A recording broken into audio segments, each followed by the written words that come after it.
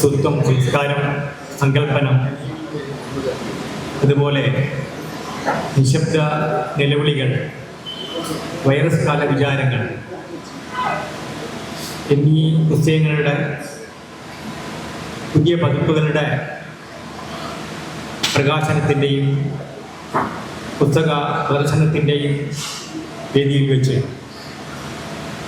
കേരളത്തിലെ അതിപ്രഗത്ഭരായ സാംസ്കാരിക പ്രതിഭകളുടെ പങ്കെടുക്കുന്ന സെമിനാർ കൂടി വേദിയാകുന്നു എന്നത് വളരെ സന്തോഷവും അഭിമാനവും നൽകുന്ന ഒരു കാര്യം. BBK പഠന സമിതിയാണ് ഈ പരിപാടി, ആഭിമുഖ്യത്തിലാണ് ഈ പരിപാടി നടത്തുന്നത്. നമുക്കറിയാം, കഴിഞ്ഞ നൂറ്റാണ്ട് കാലമായി വാക്കുകൾ തന്നെയാണ് പ്രശ്നം എന്ന് തുടങ്ങി HDയിലെ തുമ്മിമാർ വരെയുള്ള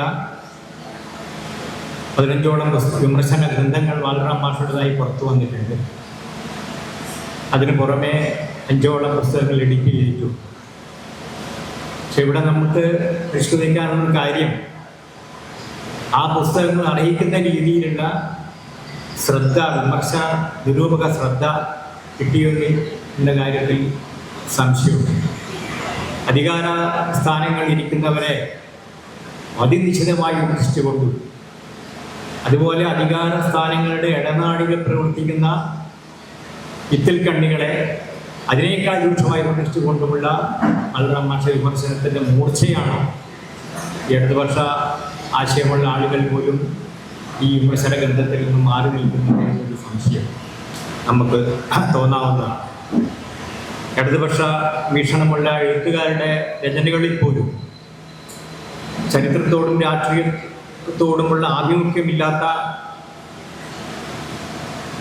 ഭാവുകത്വം ചോർന്നു പോവുകയാണ് എന്ന് അതിൻ്റെ ആമുഖക്കുറിപ്പിൽ രാജൻ ഗുരുക്കൾ രേഖപ്പെടുത്തി. പുസ്തകത്തിൻ്റെ ആഗോള സാമ്പത്തിക മൂലധന സ്വാധീനം സർഗാത്മക വായനയെയും രജനിയുടെയും രാഷ്ട്രീയ ചൈതന്യം എടുത്തിക്കൊണ്ടിരിക്കുകയാണ്.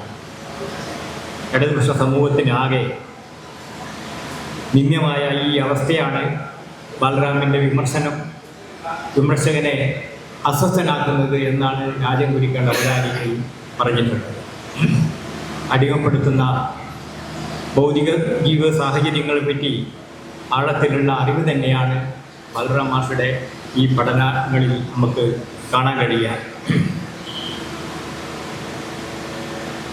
നമുക്കറിയാം, ഈ തലശ്ശേരിയുടെ മണ്ണ് നിരവധി മഹത്തായ സാഹിത്യ സമ്മേളനങ്ങൾക്ക് സാക്ഷ്യം വഹിച്ച ഒരു സ്ഥലമാണ് തലശ്ശേരി.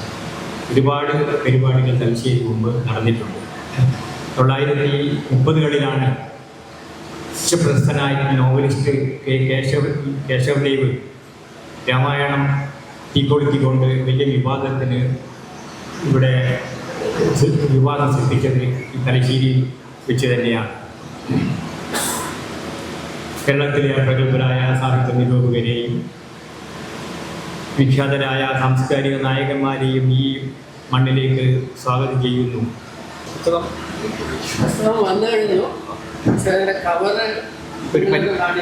പരിചയപ്പെടുത്തലാണ്.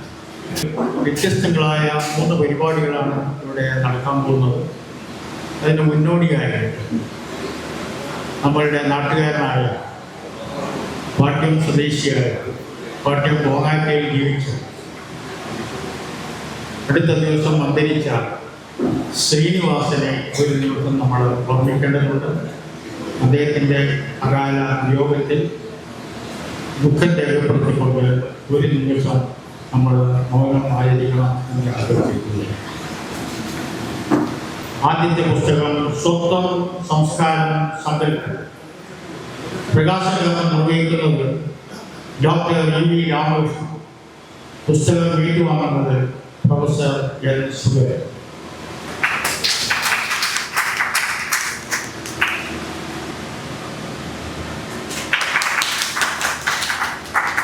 മോഡറേറ്റർ ശ്രീമാൻ സൂര്യചന്ദ്രൻ മാസ്റ്റർ ഒരു നിമിഷം സംസാരിക്കുന്നത്. EV രാമകൃഷ്ണനെ പറ്റി ഒന്നും പറയേണ്ടതില്ല. വീണ്ടും കോളേജിൻ്റെ പ്രവർത്തകനാണ്. കോളേജ് പഠിക്കുന്ന കാലത്ത് തന്നെ കവിത എഴുതി ശീലമുണ്ട്. ധാരാളം എൻ വി രാധാകൃഷ്ണൻ ഇതൊരു അന്നത്തെ സാഹിത്യ കൂട്ടായ്മയിലെ ഒരു പ്രധാനപ്പെട്ട മെമ്പറാണ് എൻ വി രാധാകൃഷ്ണൻ. പിന്നീട് കേരള സാഹിത്യത്തിൽ ഒരു പ്രത്യേക സ്ഥാനം ഉറപ്പിച്ച വ്യക്തിയാണ്. ഇതിനെപ്പറ്റി ഞാൻ കൂടുതലൊന്നും പറയുന്നില്ല.